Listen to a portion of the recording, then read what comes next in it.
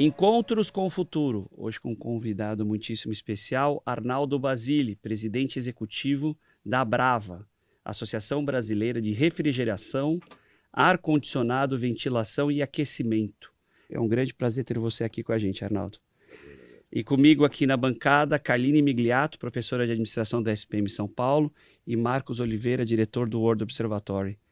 Arnaldo, Encontros com o Futuro é uma iniciativa da SPM, do World Observatory e da Prime, que é o braço da ONU de universidades de negócio no Brasil e no mundo. E a nossa missão é aproximar o setor privado da academia. Arnaldo, conta um pouco para a gente da missão e da área de atuação da Brava. Bom, em primeiro lugar, muito obrigado pelo convite, é um prazer estar aqui com vocês. E de uma certa maneira recordar bons tempos que eu vivenciei. Um ex-aluno. Como ex-aluno, vivenciar aqueles bons tempos. Hoje também teve os bons tempos, mas aqueles tempos ficaram muito marcados na minha memória e me serviram muito como impulsionadora para as atividades que eu acabei desenvolvendo ao longo do tempo. E eu tenho como jargão, nas minhas apresentações, quando eu falo de associação, eu falo muito das questões daquilo que a gente faz, da nossa missão. E por último, eu sempre falo do nosso envolvimento, da nossa parceria com a academia. Como você fez essa menção agora, eu vou começar pelo final. Ótimo. Eu vou começar falando exatamente isso. Eu sou daqueles que acreditam que o mundo só pode ser reformado, os profissionais só podem ser adequadamente desenvolvidos pela academia, pela instrução, pelo desenvolvimento educacional, pelo desenvolvimento profissional, pelo desenvolvimento social, e você só encontra isso na academia. Então, começo dessa maneira. Aí falando aí em business, né? O que é a Associação Brasileira de Refrigeração, Ar-Condicionado, Ventilação e Aquecimento, a Brava?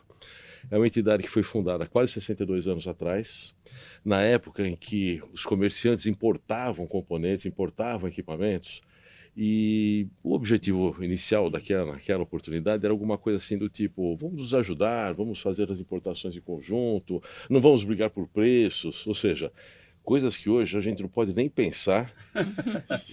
E se você pensar, tem que ser num quarto escuro, sozinho, de janela fechada, e pedir desculpa por estar pensando nessas coisas, né? Mas, brincadeiras à parte, o mundo foi evoluindo aqui no Brasil nesse sentido. O segmento da refrigeração comercial, da refrigeração residencial começou a ganhar impulso. O ar-condicionado, por consequência, também começou a ter esse impulso. E um grande fator impulsionador do ar-condicionado no Brasil foi Brasília. Brasília foi inaugurada em 1960.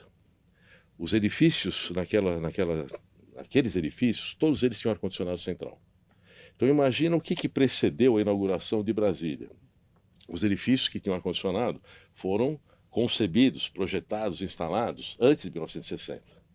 Então o ar-condicionado no Brasil ele já começou fortemente, o grande impulso aconteceu naquela época. Mas a grande obra que deu o marco de impulsionador no ar-condicionado aqui no Brasil foi o Teatro Municipal no Rio de Janeiro, há mais de 100 anos atrás. Foi o primeiro sistema de ar-condicionado. O primeiro do Brasil? Primeiro. E ele não funcionou na inauguração.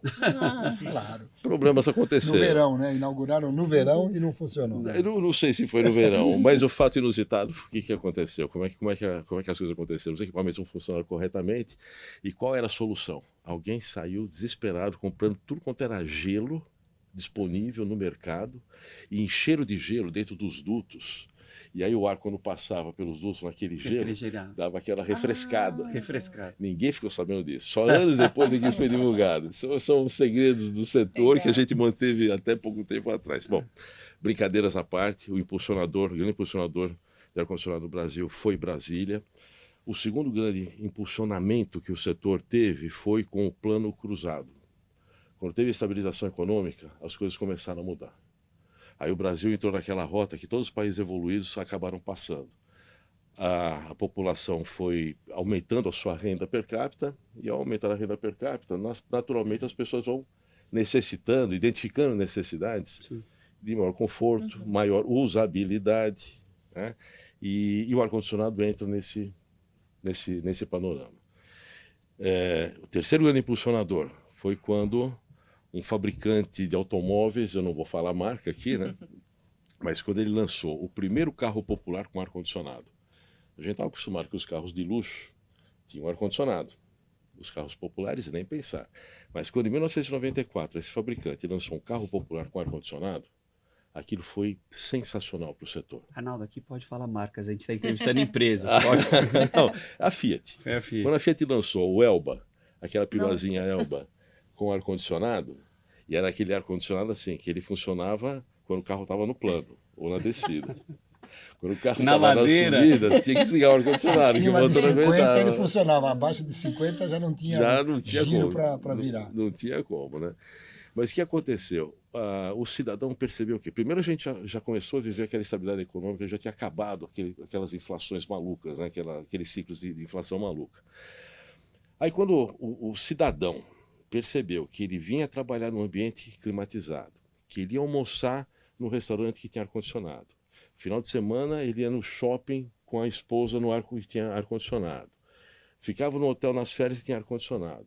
Onde faltava ar-condicionado? Em casa. E o carro popular passou a ter ar-condicionado, faltava ar-condicionado na casa dele. Aí ele se deu conta e disse, puxa, por que não ter ar-condicionado na minha casa? Sabe? Então, esses fatores, assim, esses marcos históricos, eu uso sempre como referência para justificar como que as coisas aconteceram aqui no Brasil. E, claro, a nossa cultura é aquela cultura de nos adequarmos às inovações tecnológicas. O brasileiro adora inovação tecnológica, embora nem sempre está disposto a pagar por essas inovações tecnológicas, né? Mas é um early adopter. Está sempre na frente, adotando. Então aquela evolução tecnológica que começou a aparecer e começou a ser divulgada nos Estados Unidos, claro, e as empresas que estavam vindo para o Brasil investiram muito no mercado brasileiro. Então, essas empresas internacionais que são as desenvolvedoras de tecnologia vieram para o Brasil, trouxeram essas tecnologias e o mercado aqui começou a desenvolver esses profissionais, começou a desenvolver essas empresas. Né? Foi um crescimento natural. E a gente vive hoje uma pujança que eu falo até com orgulho. O setor de ar-condicionado da refrigeração é um dos grandes impulsionadores da economia. Eu queria fazer uma pergunta nesse sentido. Vocês devem ter muita concorrência de produtos externos, estrangeiros, né? Porque nós sabemos que, por exemplo, China produzem muitos produtos assim de linha branca, de ar-condicionado, de montagem. Como é que está essa situação perante a indústria nacional, que geralmente sofrem vários setores com essa concorrência? Por conta de Brasília, algumas empresas ganharam notoriedade no mercado brasileiro porque tiveram que se adequar, tiveram que buscar tecnologia, tiveram que entender as boas práticas de engenharia, como proceder, e cresceram nesse sentido. As empresas internacionais, quando perceberam que o mercado brasileiro, país tropical, enorme, dimensões continentais, falaram, poxa, esse mercado pode ser bom no futuro. As empresas internacionais começaram a vir para o Brasil e começaram a comprar as empresas nacionais que estavam se desenvolvendo. Então, hoje são poucas as empresas de capital genuinamente brasileiro que operam no nível de competitividade internacional. Então nós já estamos mundialmente nós falando... somos globalizados. Estamos globalizados. Entendi. E o que acontece aqui? As grandes marcas que hoje atuam aqui no Brasil são as grandes marcas que estão na América do Norte, na Europa, na Ásia. Em termos de tecnologia, em termos de marcas, nós não devemos nada para ninguém. Em termos de uso da tecnologia, aplicação da tecnologia, não devemos nada para ninguém. Em termos de custo? Aí a gente deve pra caramba. Aí é um porque problema. essa é uma questão, né? Eu acho que não sei. Eu vejo países que o ar-condicionado é obrigatório, né? E não é um item de luxo. Aqui ainda eu vejo muito isso, né? Que é um item de luxo para as casas. Assim, vamos separar em dois aspectos. Tem o ar-condicionado residencial e tem o ar-condicionado comercial. Certo. Que muita gente confunde com ar-condicionado industrial. Não é industrial, é comercial. O que é o residencial? O residencial é aquele que a gente vai na internet, você busca aquele aparelho lá, né, split, high-wall, uma coisa assim, aparelho de janela. Então você compra pela internet, alguém entrega na sua casa, você busca alguém para fazer a instalação, e esse alguém faz a instalação para você. E é muito utilizado também nos pequenos estabelecimentos comerciais, lojas de conveniência,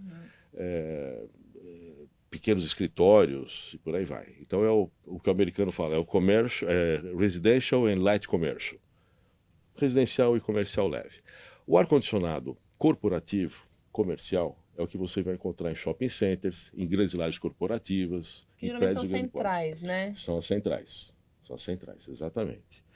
Hospitais, e quando a gente fala de hospitais, a gente é um capítulo muito especial, é um outro livro da enciclopédia, é um assunto totalmente diferente, porque necessita Segurança. cuidados muito, muito específicos. Né? Filtragem de ar e tal. Né? O setor do ar-condicionado, ele aparentemente ele é simples. Ele é simples. Esse ar-condicionado residencial, ele é um eletrodoméstico que resfria o ambiente, não tem todos os recursos que um ar-condicionado central tem, mas ele atende às necessidades de nós todos, como consumidores, né? Na grande média. Mas os sistemas centrais de ar-condicionado, eles têm que ter um sistema de renovação de ar, porque se você não tiver renovação de ar, 2 horas conversando aqui nesse ambiente fechado, está todo mundo dormindo depois, né? Por conta da concentração de CO2. Então você precisa ter uma renovação do ar externo. Só que esse ar externo, ele tem que estar limpo. Então você tem que filtrar o ar externo e tem que filtrar o ar que está se recirculando aqui. Então você já tem um segundo aspecto, que é a limpeza do filtro, a purificação do ambiente.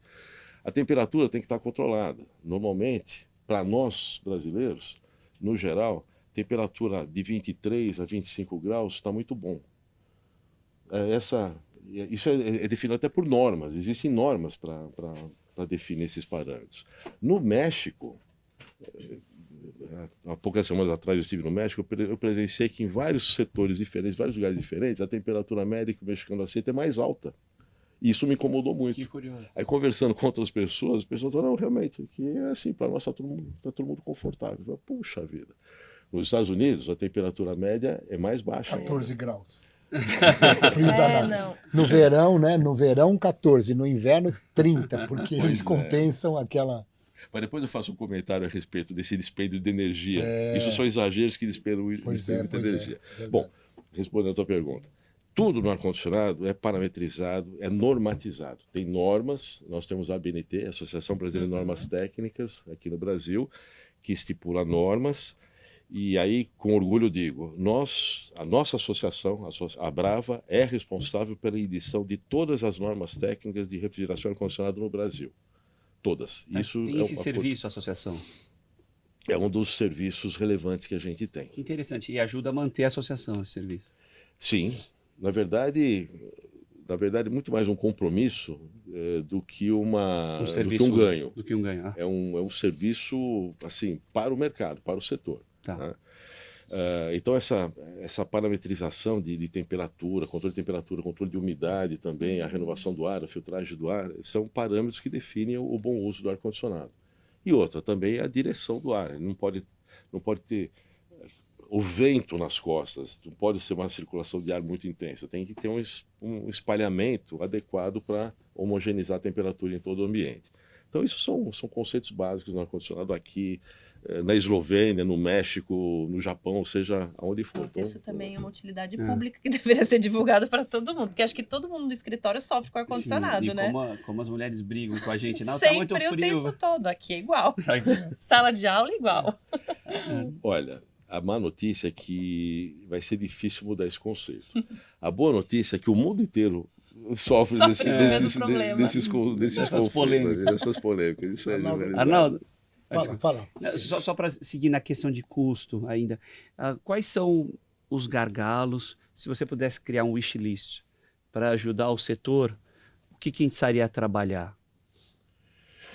Onde estão os gargalos hoje? Como eu falei, tecnologia não é mais problema para nós. O ar-condicionado, nós temos uma concentração de fabricação de aparelhos, aquilo, complementando o que você tinha perguntado antes, os grandes fabricantes estão localizados em Manaus, por conta do PPB, que é o plano de incentivo para a produção na Zona Franca de Manaus. Então as empresas estão todas localizadas lá, são 14 empresas que fabricam ar-condicionado, 14 marcas que estão lá.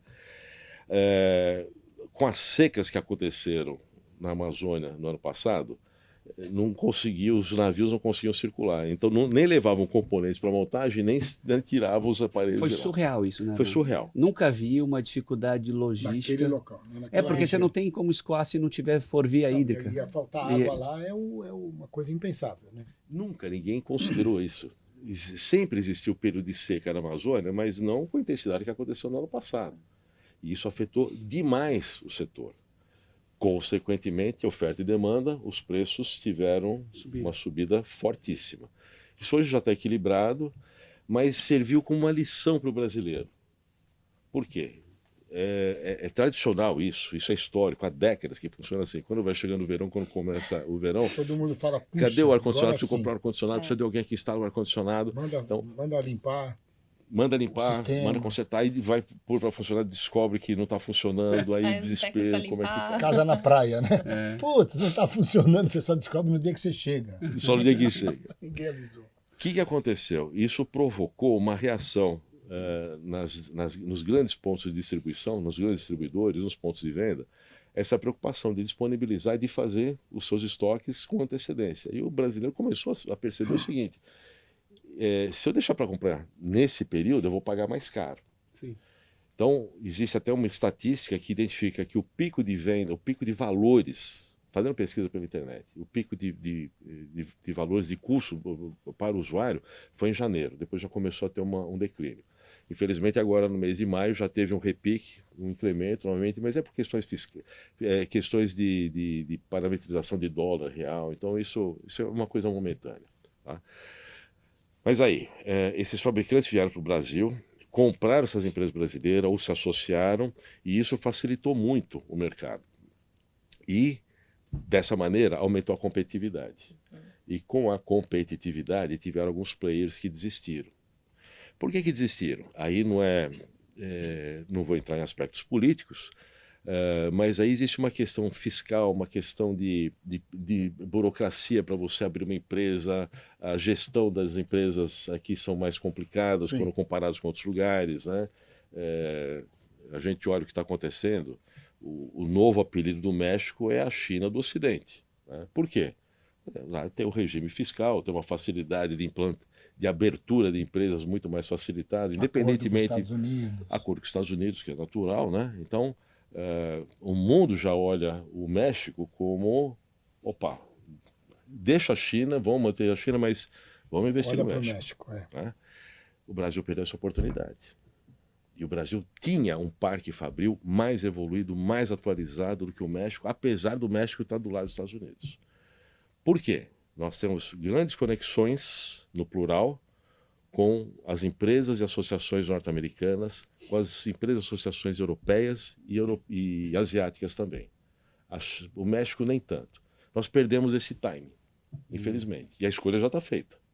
Por mais que a gente tente reverter, primeiro que a gente não vê nenhum, de novo, não quero entrar no aspecto político, né, porque não é o momento, mas além de você não ver nenhuma movimentação de preocupação com esse aspecto, você tem a questão logística, que nós estamos no sul, longe, né, do hemisfério sul, nós estamos, isso já é um dificultômetro bastante grande, nós temos uma deficiência de mão de obra agravante a cada dia que passa, e não é um privilégio do nosso setor, todos os setores estão percebendo, estão identificando a falta da mão de obra, isso é um segundo problema.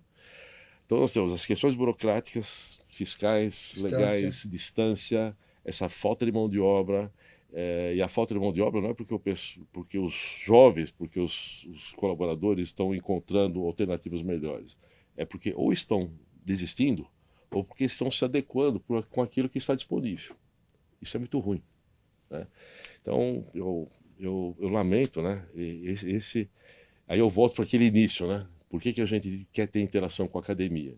Porque a gente entende que é por aí que as coisas podem começar a se reverter.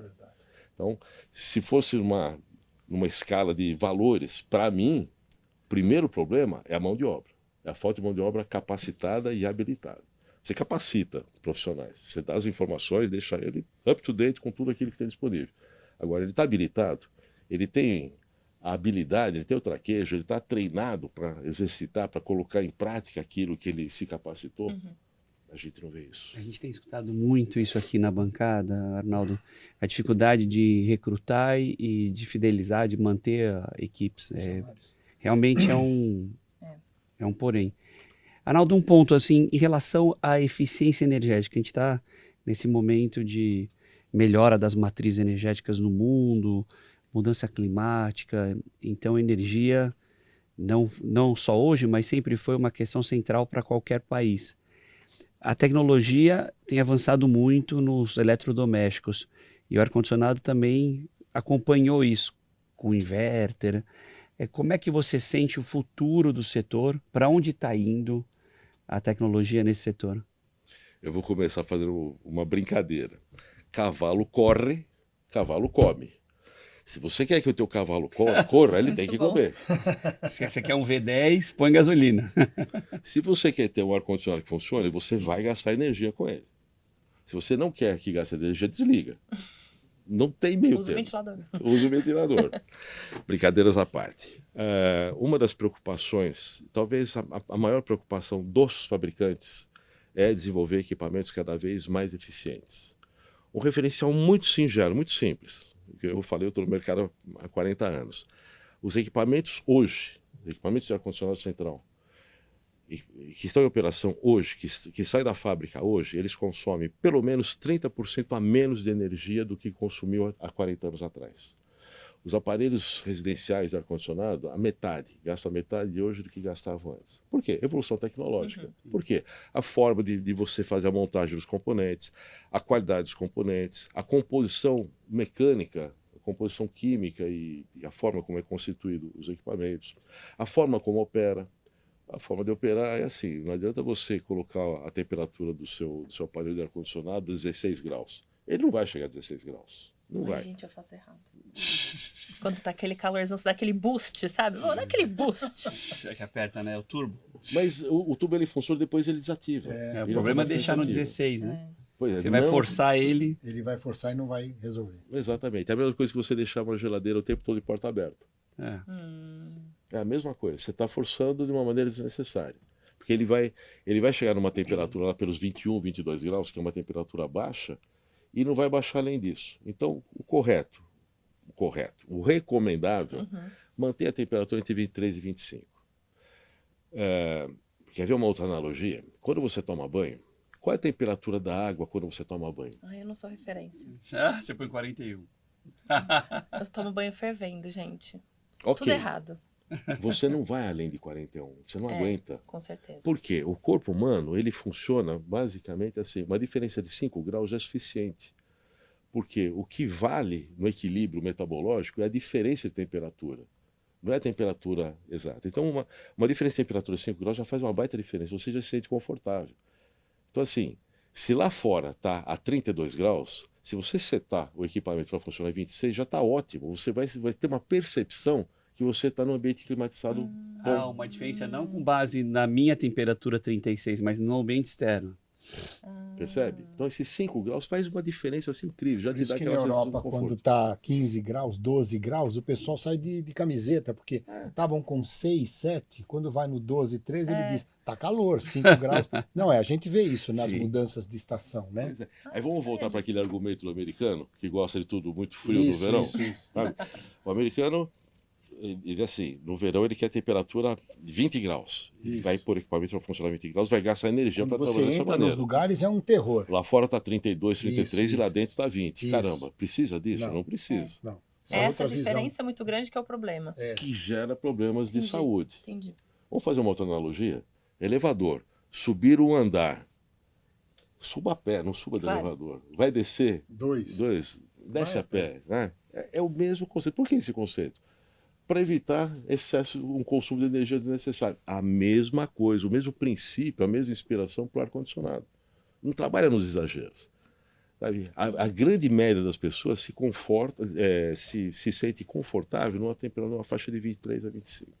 Arnaldo, deixa eu te perguntar um ponto. Quanto a modelos de negócio, você vê o setor inovando, combinando pacotes, por exemplo, com o mercado de energia livre e aquisição de ar-condicionado, já que tem essa diferença de custo entre a energia, o mercado cativo e a livre, de mais ou menos 30%. Você vê que eu que venho do mercado de impressos, eu via, por exemplo, o Estadão vendendo junto com a Veja. Funcionava, hoje já as duas foram para o vinagrão. Mas na época foi uma boa forma de acelerar. Você vê mercados, propostas alternativas, Combos, né? Combos. o que o mercado está inovando no sentido de business, de negócio? Na verdade, não está inovando. Vem praticando já há um bom tempo. Um passo lá atrás, final dos anos 80, começo dos anos 90. A Volkswagen montou a fábrica de caminhões em Resende E assim, é uma montadora. E a montadora, ela tem lá o site, né, o espaço, o terreno, e as empresas sistemistas que fornecem os sistemas para que a Volkswagen faça a montagem. Então tinham, sei lá, 10, 12 empresas sistemistas dentro daquele site para fornecer para a Volkswagen. A Volkswagen projetou uma coisa sensacional, um district cooling, um distrito de resfriamento. Tá bom. Então, uma central de água gelada que atendia a necessidade de água gelada, de água resfriada, ar-condicionado e processo para todas as empresas. Isso é a melhor solução que tem. Isso é muito comum na Europa, muito comum nos Estados Unidos, na Ásia também é muito comum, aqui no Brasil não tem muito. Da mesma maneira que você tem os district coolings, você tem os district heatings. Na Europa, isso funciona muito. Sim. Lá na Croácia tem... Em Ljubljana tem uma central de aquecimento assim espetacular que atende a cidade inteira. A cidade inteira para aquecimento. É um sistema de aquecimento. Você gera aquecimento num ponto e faz a distribuição de água quente por toda a cidade. O pessoal compra água quente, água já quente. E ela chega quente. Chega quente. Puxa, que legal. E vapor também. Nova York tem subsistemas assim. Aqui no Brasil não tem por quê? Porque isso demanda políticas públicas. De longo prazo. Embaixo da terra, né? Que ninguém gosta. Né? Pois os fios, né? E outra, planejamento. O empreendimento desse tem que ter um grande planejamento. Quanto vai custar? Primeiro, quem vai utilizar? Quais são as condições? Quais são as dificuldades para você poder dimensionar, para você fazer um custeio adequado de que empreendimento está se fazendo. Tá? Ponto. Isso é uma referência, uma inspiração. O que acontece aqui no Brasil? Hoje você tem algumas BOTs que funcionam da seguinte maneira. O empreendedor, ele capta recursos, ele investe no sistema de ar-condicionado, por exemplo, e ele opera aquele ar-condicionado, aquele sistema de ar-condicionado, cobrando do cliente, do empreendedor, uma taxa mensal. Então, o empreendedor, ele é o proprietário do sistema. E ele está vendendo o quê? Ele não vendeu um serviço. Ele está vendendo a água gelada que vai resfriar o ambiente para o ar-condicionado. Sim. Então isso já existe. Não é uma invenção nossa, é uma tecnologia assim, de grande valor, muito bem dimensionado, que você mexe com recursos financeiros, com empresas que sabem fazer planejamento, com equipamentos de alta eficiência. Então isso tudo movimenta. Tá? Tem um shopping, o Shopping Salvador, que está em discussão nesse sistema desde o final do ano passado. E a briga está assim, entre as operadoras, quem faz o quê, como é que vai ser, como é que vai acontecer. Isso está acontecendo agora. E tem vários outros sistemas que operam dessa maneira aqui no Brasil. Então, essa é uma maneira de você baratear o custo operacional. Por quê? A tendência é equipamentos de maior porte, sistemas de maior porte, eles trabalham de uma maneira mais eficiente do que vários equipamentos pequenos. Sim. E, Arnaldo, um ponto para fechar, que já apertaram, gente, mas um ponto para fechar. E economia circular do setor? Como é que isso está funcionando no sentido da troca dos equipamentos, na questão do gás? Está ali na mesa? Está sendo estudada pelos grandes? Mais do que isso, o Ministério do Meio Ambiente nos procurou, voltou a nos procurar, nós sempre tivemos um excelente relacionamento com eles, voltaram a nos procurar, realizamos uma reunião na semana passada, protocolo de Kigali. O Brasil é signatário da emenda Kigali. A economia circular, engenharia reversa, está dentro desse escopo. E o que está dentro desse escopo? A reutilização, a revitalização dos gases refrigerantes, do óleo que lubrifica os equipamentos também, dos materiais, dos componentes dos equipamentos de ar-condicionado, tudo isso faz parte desse acordo. É um grande guarda-chuva, daria para a gente falar o dia inteiro a respeito disso, né? Mas a Brava, em particular, hoje nós acabamos de formalizar a criação de um comitê para tratar especificamente dos assuntos de Kigali, para fazer interlocução com o Ministério de Meio Ambiente. Eles nos procuraram e pediram, por favor, vocês são protagonistas, vocês têm que nos ajudar. E nós, prontamente, estamos começando a colaborar com eles. Então, economia circular está no radar de vocês. Está presente. Está presente. Está presente. A gente já faz isso de uma maneira não tão eficaz como alguns outros países, algumas outras regiões do primeiro mundo, mas a gente já faz isso aqui no Brasil. Já temos centros de reciclagem de gases refrigerantes, já temos alguns centros de reutilização de partes dos equipamentos, mas claro, ainda falta muito para a gente evoluir. Mas, ou seja, já estamos engatinhando, mas estamos indo na direção certa. Arnaldo, foi um prazer enorme ter você aqui, foi uma aula do setor. Muito importante ver um setor de base tão atuante e funcionando no Brasil, com tantas fábricas. Parabéns. Parabéns pela liderança na associação. Muito obrigado.